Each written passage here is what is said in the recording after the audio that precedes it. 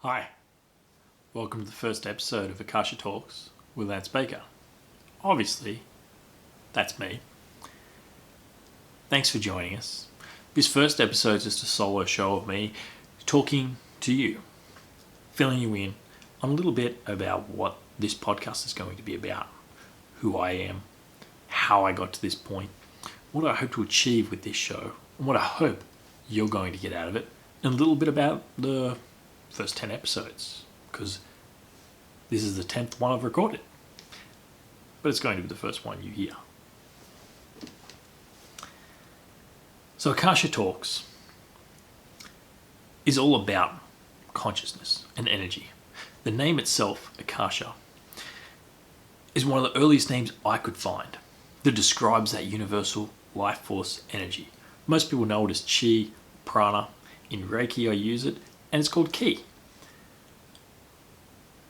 But I like the sound of Akasha because it's older, it's fresher. It's not stuck in everybody's mind of having some protocol and process with it. The main way people might have heard of Akasha is the Akashic records. But that's just about the information that energy stores. This is about way more than that in this show. This is about everything that energy of life is trying to talk to us about.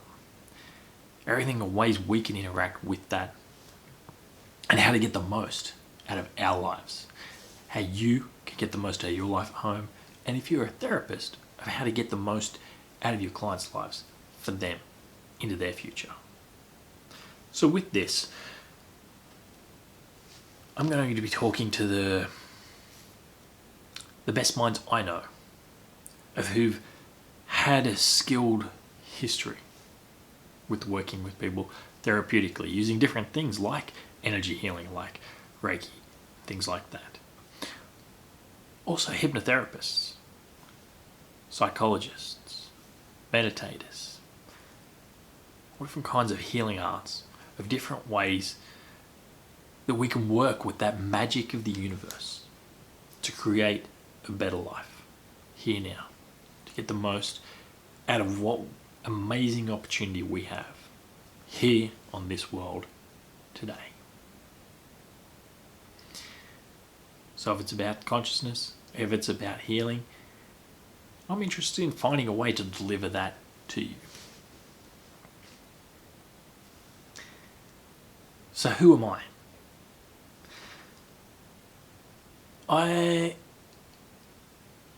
Where do I start? I'm going to start right back with how I got to where I am today. I had a boring life.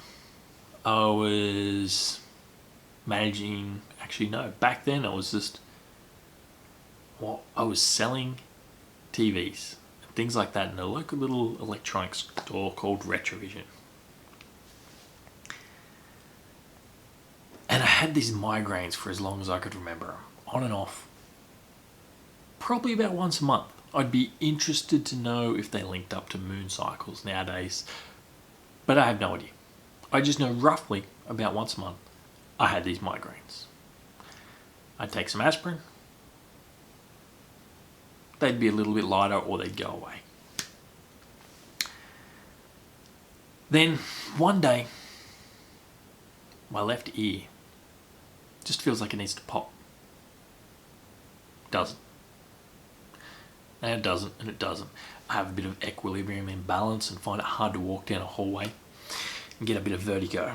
I decided to get it checked out. So I go see an ear, nose and throat doctor. Ear's fine, mate. Go away. I go see another one after weeks of going crazy with this sound like I need to pop my ear. Next guy says the same thing. Lance, there's nothing wrong with your ear. But there is. I can hear this thing all the time. I can't hear properly. It's just doing my head in. So they send me to get a sound test.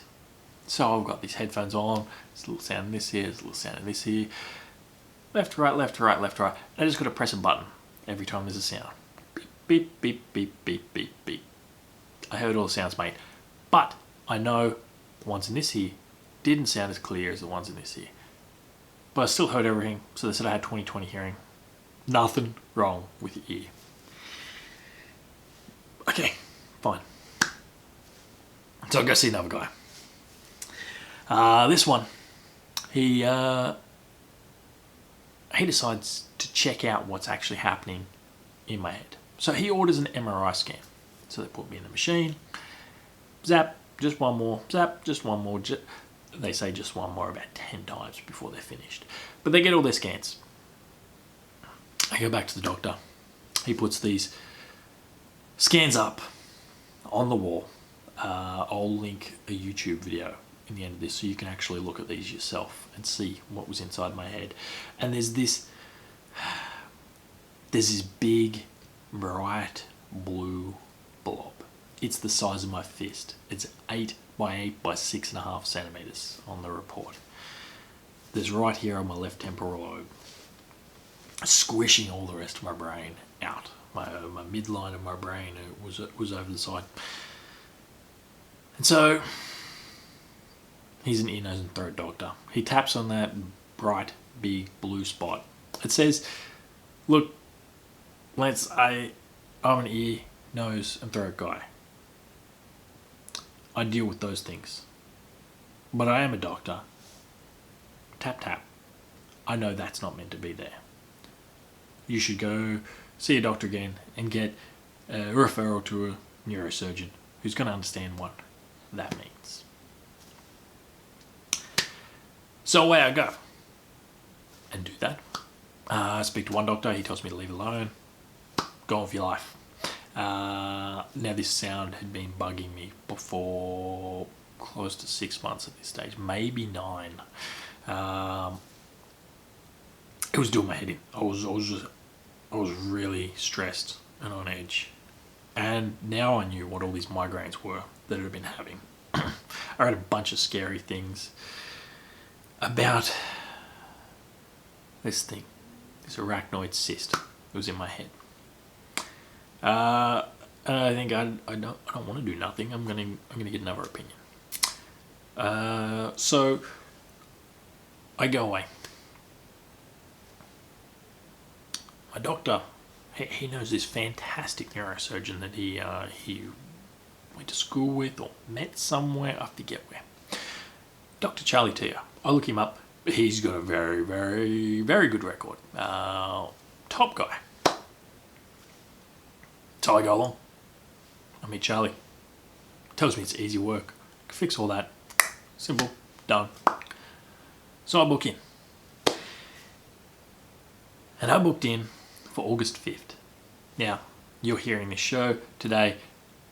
If you're one of the original viewers, it's launched on August 4, which is my birthday. But the main reason I'm doing that is so that I can launch a real guest tomorrow on August 5th to really change the framework of this day, because this day, August 5th, has stayed in my mind ever since. So I had this operation with Charlie, and it all went according to plan. Apparently, it all worked. And I remember that night before, August 4th, sitting in this little dingy room before I had my operation, scared shitless, because I knew there was a chance I wasn't going to wake up. There was a chance I was going to wake up blind or have double vision. It's scary getting a hole drilled in your head and having an operation. But August 5th, after that operation, I woke up. But I had a migraine. Now I tried lots of different things over the years. Lots with Charlie, lots with a bunch of other doctors, lots with a bunch of other different kind of therapists. That migraine never went away. Not for 1 second. Not for well over 9.5 years. 24/7. This pounding migraine. There's a pain scale. 0 is nothing. 10 is excruciating. The best I ever felt was a 3. Most of the time I'll sit on a 5 or a 6. And mind you, this is 24/7 for close to a decade. The 10s I got up to. I got up to quite regularly in the 9s and 10s. And the 10s, what I thought was a 10 at the start, it was not a 10. I came up with... I would have cracked the new definition of a 10 at least a dozen times. This was not a fun period of my life. This was far from a fun period of my life. But anyway, I digress. I'm in pain. I try everything. At one point, I give up on trying. I give up on taking the drugs. And I'm just like, fuck it, this is my life. I'm going to be in pain forever, so just get on with it.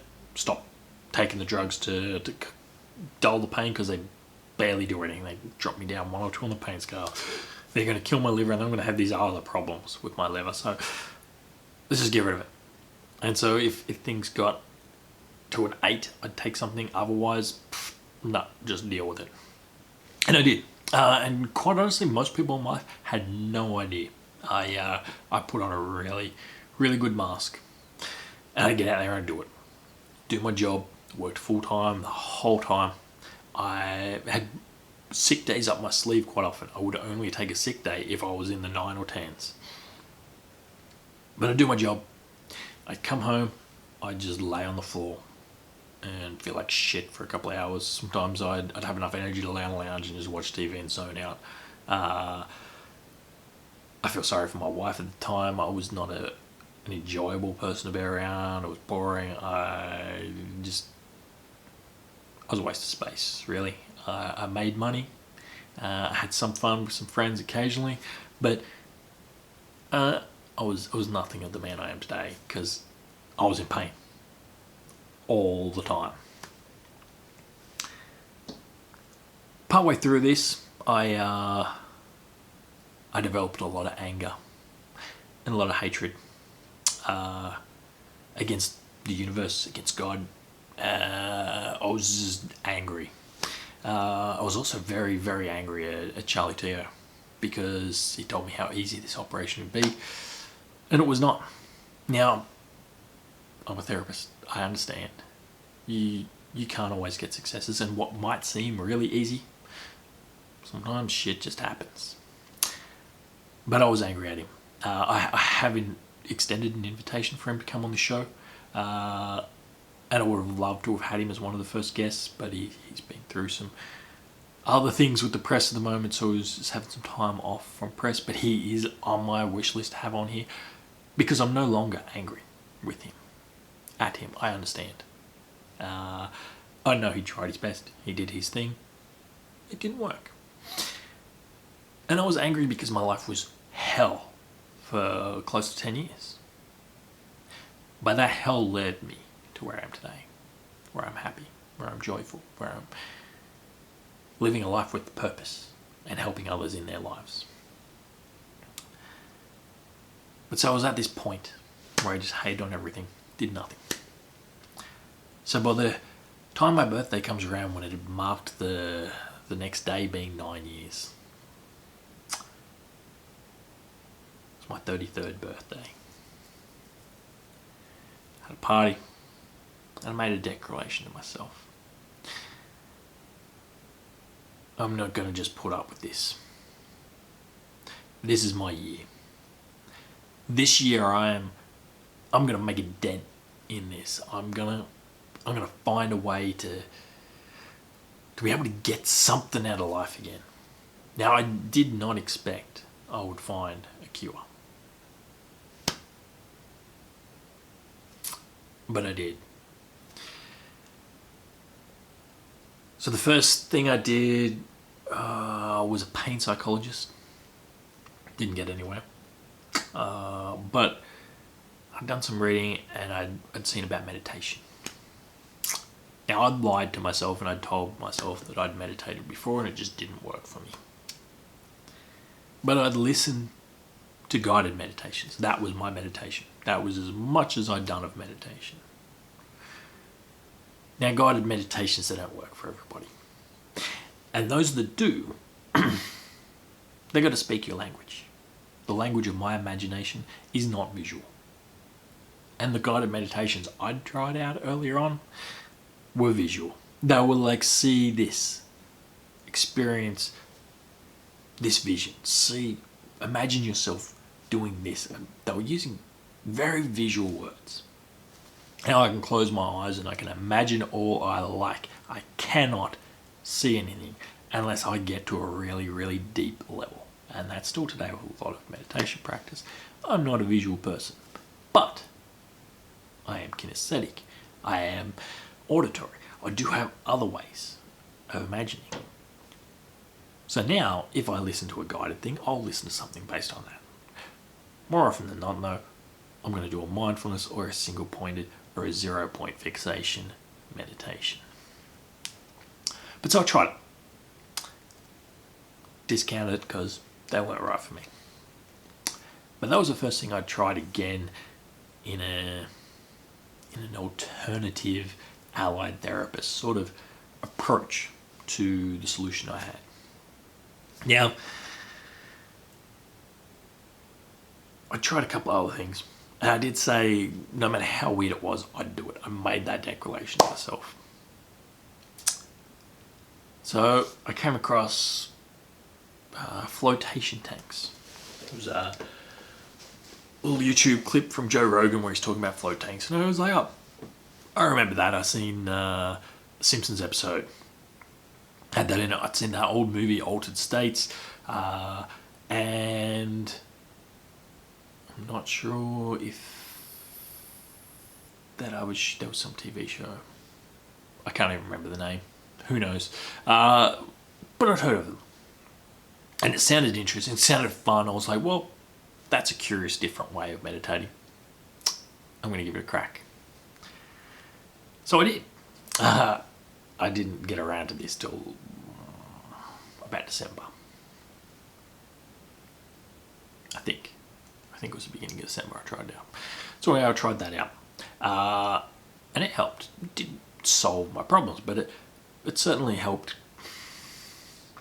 make things a little bit more manageable. And helped me to start to understand meditation. There was something to it. So one of the episodes that's coming up is with Jason Wallace, the guy who owns the Float Center where I went, where he talks about flotation tanks and meditations. You're going to enjoy that one. We actually just recorded this morning. It was great. So I tried that out. Went well. It sparked off a little bit of hope in me that there might be something out there. There might be something I could do. And somebody mentions, actually the mention of Reiki had actually come up just before. It was in July. And at the time I said I'll try it. The guy who told me about its girlfriend wasn't there. So they couldn't do it.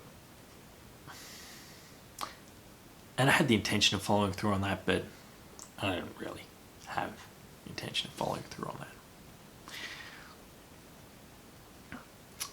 But sometime around December when I started floating again, started floating, I met somebody who did Reiki. And I was like, I've been told I need to do this. Let's give that a crack. And this person was Leander Fraser, who is also somebody in the first 10 episodes that recorded. She's not really talking about energy healing much because her main specialties are tarot and astrology, so she'll be talking about those. But I had this healing off her. And I remember laying there on her massage table in the middle of this big room. And she didn't touch me. And you can do Reiki hands on or hands off, but hers was completely hands off. It wasn't even close to me. And I remember lying there on this table thinking, what a rot. This woman is having a go at me for sure. She's sitting in the corner. She's reading a book or she's playing with them goddamn tarot cards. I bet you this is a freaking joke. I was imagining pulling money out of my wallet and setting it on fire. But for the past 10 years, at this point, I was hyper aware of everything going on in my head. The sensations, the feelings. Because I had pain there all the time. I could notice anything and everything within my headspace of a physical sense. And I felt something move. So I was laying there, having a moment before, and thinking, what a joke. All of a sudden I'm feeling a pull. Something out of the side of my head. I didn't think that could happen. But something was happening. And she was pulling energy out of the side of my head, and I could feel it.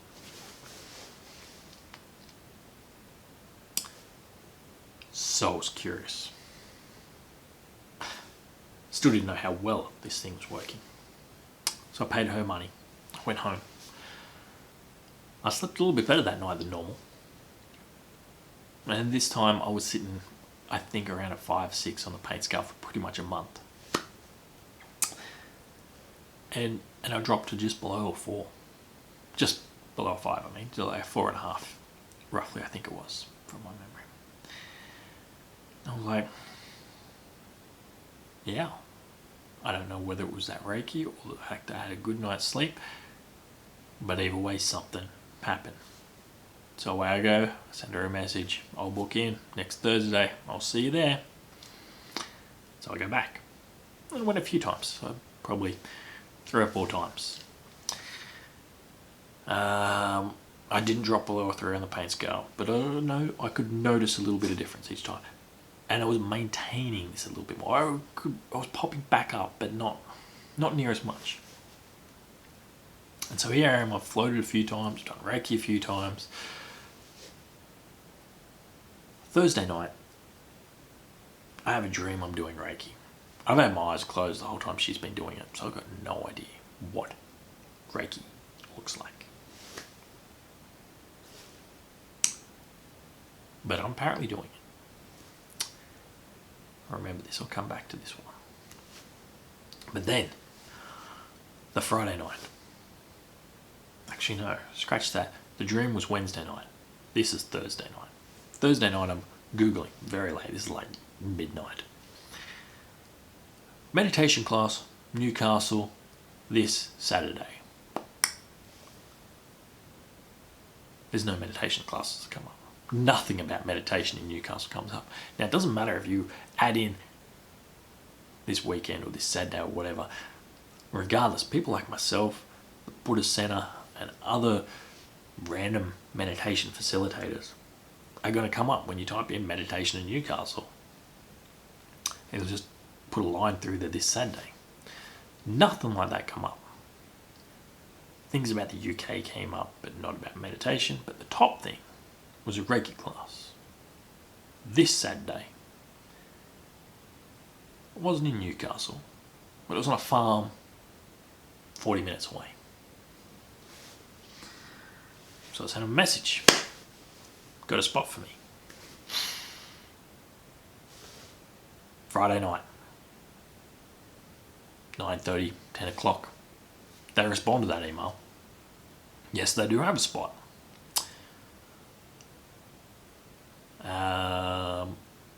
So I sign up. I go inside, tell my wife. She's like, well, whatever. Hope it helps. So I go. This guy with a little beard gives me a hug as soon as I go in. And I think, oh, get your hands off me, hippie. Now I'm the weird hippie guy that hugs people when they walk into a place. But he goes through stuff. He gives me a Reiki attunement. And from that moment, I could feel this buzz in my hands. Now, I studied theology. I grew up in a church. I'd heard about the Holy Spirit, and I'd heard people talk in tongues, and heard that you could heal with the Holy Spirit and things like that. But it was never personal. I never had anything to get it. But the second I could feel this, I realized it was something extra. It was something else to this world. That time years ago where I'd swore off God, swearing that if you exist, you hate us, or you just don't care to stuff you. But now I've got this feeling in my hands.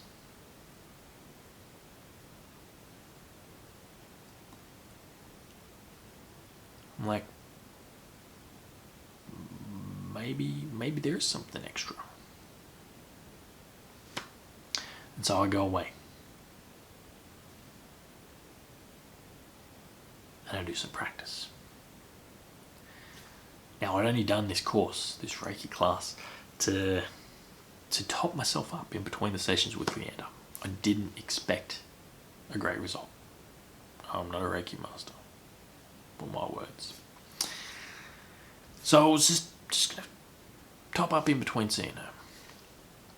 So I go home, and they told me I need to practice for 3 weeks, as much as I can, on myself and on others. And I'm like, I wasn't going to tell anybody, I guess I need to now. So I go on Facebook and I tell people, I've learnt this new thing, I'd love some help. Who wants to be a volunteer? And so every second day, I gave Reiki to somebody else. I was giving to myself all the time as well. Practicing mainly just playing with this energy ball. Within a week and a half, boom, no more migraine. Now, I don't know if it happened 3 days later or if it happened 10 days later. I just noticed about a week and a half in, holy shit, I don't have a headache. I don't have a migraine. And it didn't come back. It was gone. Now, I didn't spend ages healing my head, pulling energy out. That stuff didn't happen. I was just feeling this ball and working on people. The energy is coming through and out. And it healed it.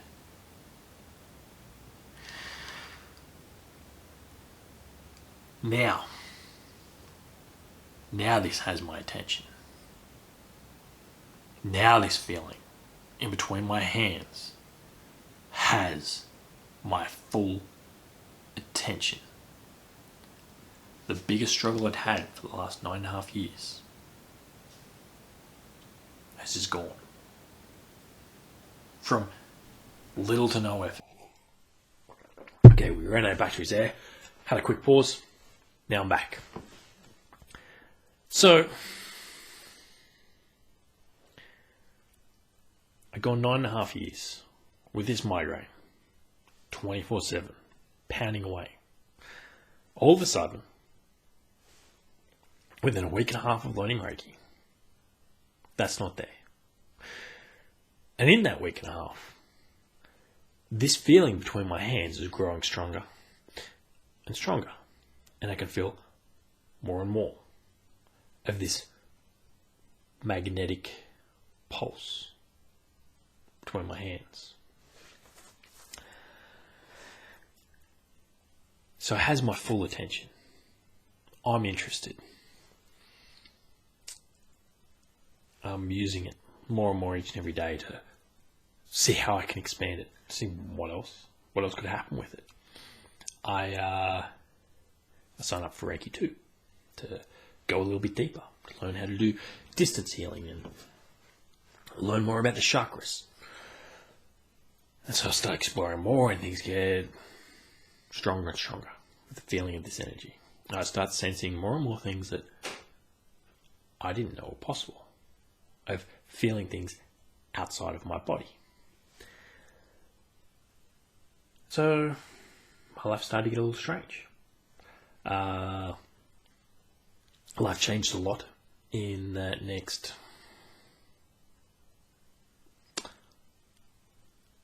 6 months. Actually, maybe a little bit more. Maybe the next 9 months. The next 9 months, my life changed a lot. I built this connection up with the energy. I was living pain-free. My marriage ended. I moved house. I ended up leaving the job I was in and starting to go for a part-time job because I'd started doing Reiki on the side as a little bit here and there, giving healings to people. I had some quite miraculous things happen with healings that, again, I didn't think were possible, but they were happening. So I was getting more and more involved in what extra I could offer people. There's something I'm able to do. I've been able to free myself from pain, been able to free others from pain, and I was starting to understand the emotional abilities of energy healing at this time as well. So I wanted to give more and more and do more and more with this. It was way more fulfilling than the management job I had. So I start delving more and more down this path. I eventually then start to study hypnosis. I trained at the Australian Academy of Hypnosis with Rick Collingwood, who I'm going to be having on the show in a couple of months' time. I go to Melbourne next. And interestingly, while I was doing Reiki, a lot of people were going into trance. Now, I didn't understand what this was, how this was happening, what it was all about, anything like that. So I started to learn hypnosis to work out what to do with it. Rick, luckily, was at the time the only person in Australia who was teaching mesmerism. And straight away I'm like, this is very, very, very similar to what I've been doing. And so I learned a fair bit there of how to adapt that and to understand this mesmerism, animal magnetism thing, and hypnosis. Most of this was just teaching people how to get into trance and some script-based stuff. A lot of reading. So I did a lot of reading. I read a lot of old books as well. Also did some therapy courses to try and work out what to do with this sort of stuff. And I picked up this skill quite well. I enjoyed it. Then I meet Bob Burns, who was also on this show. He invented something called the Swan. Or maybe he didn't invent it. It came to him. So this Swan is a way of talking with the subconscious while it's awake. So a lot of you listening to this might know of the Swan because maybe you found me from the book I've got on Amazon about the Swan. Regardless, it is an amazingly unique and powerful therapy tool. So I can have a discussion with this process now. To have a discussion with this different part of somebody's subconscious mind while they're fully awake. While they're fully aware of everything that's going on. The main time I got to know this process was a couple of weeks I spent in Melbourne, where I just learnt this at home. I practiced on a couple of friends. I was curious about it. So I'm in Melbourne. I've got a bunch of people around who I don't know, getting to know them. Put your hand up like this. And I do it. I just put it out there. I go for it. Every chance I've got, I swan somebody. by the end of that couple of weeks, I had swanned a couple hundred people. I was full on with it. I was doing a lot of swanning.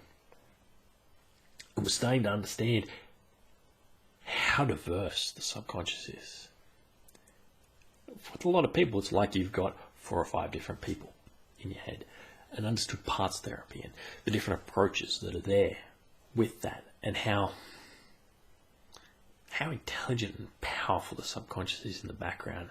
That it really showed me what is there within our personal consciousness. And this expanded more and more and more and more over the time of me working with my therapy rooms. And the clients I seen, and the changes I was getting, drastic changes in very, very short times. So my hypnosis side of things started to develop more and more. Always still interacting with the energy, mixing it with that.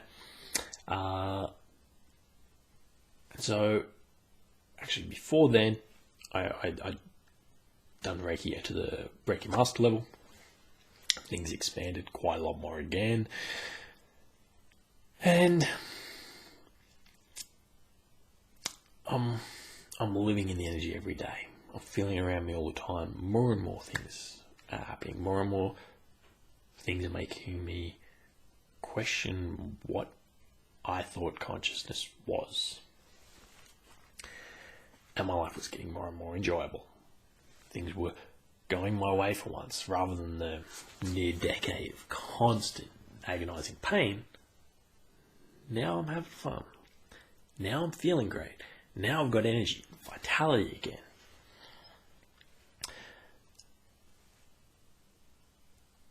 So soon after, part-time job disappears, full-time therapy, Reiki, expand into other things like access bars, pranic healing, different other energy healing things that are just from random energy healing books, and my own practice, and my own exploration. I've got another energy healing process that I've been developing myself. I've been working on for a few years. And mesmerism, magnetism, hypnosis, the swan, counseling, all these different therapy tools that I'm blending, mixing together, and starting to understand the best ways to develop change for my clients. And I started to meet some other fantastic hypnotherapists like Felix Economakis, who really helped me through a personal problem I had. I was suffering with a thing called selective eating disorder. Pretty much my whole life, I only ate meat. With some bread, no veg, no greens, no fruit, none of that stuff. Very, very unhealthy. And I couldn't understand what it was. And when I was doing the hypnosis stuff to begin with, I was trying to make it so I enjoyed foods. I found out that wasn't the issue. It wasn't the enjoyable thing. It was a phobia. And that's what made it click with Felix, as he helped show me it was a phobia and helped me to drop that phobia. Felix, again, has said yes to come on the show. So he's going to be on in a couple of months' time when we can find the time to sit down together to do that. I'm really looking forward to sharing his knowledge with you and having that conversation. Then it just kept growing and changing, and I met Ines Simpson, who does the Simpson Protocol, who was the first person I actually sat down with to do the show, because I'd had her out here in Australia to teach her process. And I got to meet a lot of different interesting therapists. So one of the ones that came into the center that I operate from was Rowan O'Reilly. That guy, he's on here as well in a few episodes' time. He does a thing with virtual reality to trick the subconscious into healing, using computer games in the virtual reality headset things.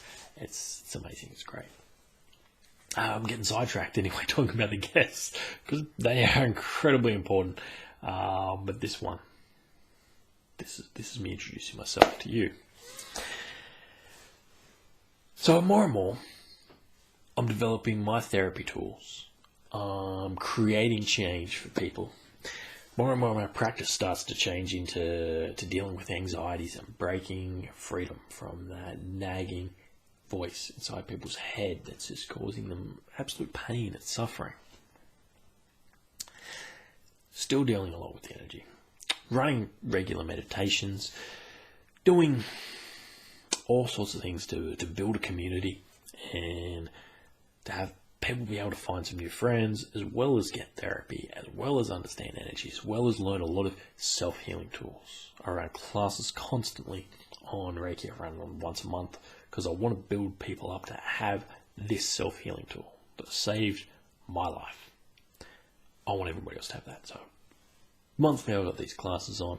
I teach hypnosis as well. I used to do them as intensive 5-day things. Now I split it up and just do a 6-month class and guide the people through it to a deeper level. Occasionally I'll teach meditation. I've taught meditation to the New South Wales Police Force. I donate my time quite often to women's shelters and disability support places to teach either the participants or the help, the support workers. Healing or meditation, sometimes both. But I do a lot of my time is spent teaching and sharing my knowledge and my gifts with others. It's been on my mind for quite a while to share in a way that I learn a lot. And one of the big ways I learn is from listening to podcasts and occasionally watching videos. So I thought I'd put it out there. I'd create my podcast, putting videos there as well, as a way of sharing not just my information, not just the knowledge I've found and my experiences, but to connect you with the people who've influenced me. Connect you with the people who I've been inspired by, who I've seen do something amazing. And get that knowledge out there so that others can benefit from it, so that others can learn, so that others can enjoy these conversations. So that's who I am. That's why I'm here. I've already mentioned a bunch of the first guests. Jason, Leander, Bob, Inez. I've got a great one I did with Cameron Oates, a coach in Melbourne who has a non-for-profit called You're Alright Mate, about men's mental health and suicide prevention. That was a great discussion about goal setting and his You're Alright Mate process to help spread the word of that. I spoke with Justin Trans, who is a stage hypnotist. He also works a lot with sports people on building sports teams up. He had a show on Playboy. It was more of a talk about the fun side of hypnosis and getting that maximum potential out of your clients.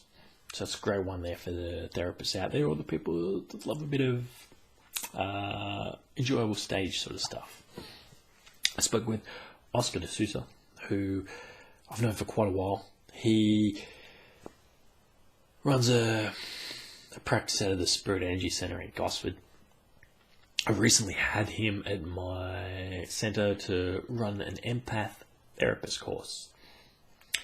So he's taught these people ways to use the power of an empath that's normally a problem for most people as a way of not just suffering what other people are dealing with, but to use that to connect in with them, to heal some of that and let them go, or to understand what's going on through each of the chakras as you're connecting in with different people, and about how the human spirit sits in our body through our chakras. And it's a very interesting chat. I'm sure you will enjoy checking that one out. Already mentioned Rowan. David Lyon is another guest I had on. He's more into street magic, street hypnosis. That's how I came to find out about him. But he changed it up and started to understand that real magic, the energetic side of life, through watching a healing from a girlfriend he had at the time, and started exploring the world of energy healing and spirituality, and has grown into a completely different practice while still maintaining that entertainer side of things. But that was a really inspiring chat. I've really had fun talking with these people about the gifts they've got to offer. And I've got some very interesting ones coming up who have already agreed to talk with me. And I've got a big wish list of some amazing guests who I'd love to have on. I've got no idea if they're going to say yes or not. You might be hearing from me to ask you on the show, but I'm hoping maybe some of these people will even come forward to me. Maybe you might have some fantastic story of a great change that's happened in your life. Maybe you're an authority on a subject of healing or consciousness that we can have a chat and work out a way to spread the message of what it is that's happening in your life or what you do. But here I am. I'm creating this so that I can inspire other people, like myself all those years ago when I needed it. All the hunting and gathering I've done, reading hundreds of books, going to a bunch of different classes, talking people's ears off, listening to the words that come out of my mentors' mouths, gathering knowledge has inspired me. It's inspired me to go out there and do stuff. So part of that inspiration is going out there to give you this. And I want to inspire you guys to get the most out of your life. And I hope that's going to happen. And if I don't do it, I've got a big list of people here who I know will. And I'm going to talk to them. And hopefully you're going to listen. And hopefully you get something out of it. So this is for therapists. This is for people who are interested in consciousness, people who are interested in healing. This is for hypnotherapists, energy healers, meditators, people who are just interested in that magic of the universe, of what makes us tick, of what makes us who we are. I want to share that. I want to help you make the most of this precious time we have in this vessel, this human body that you're sitting in right there now. You struck it lucky. If you're listening to this, you've struck it even more lucky. Because you're not in some third world desperately trying to scavenge for food and life's basic principles. You obviously can afford internet, a phone or a computer.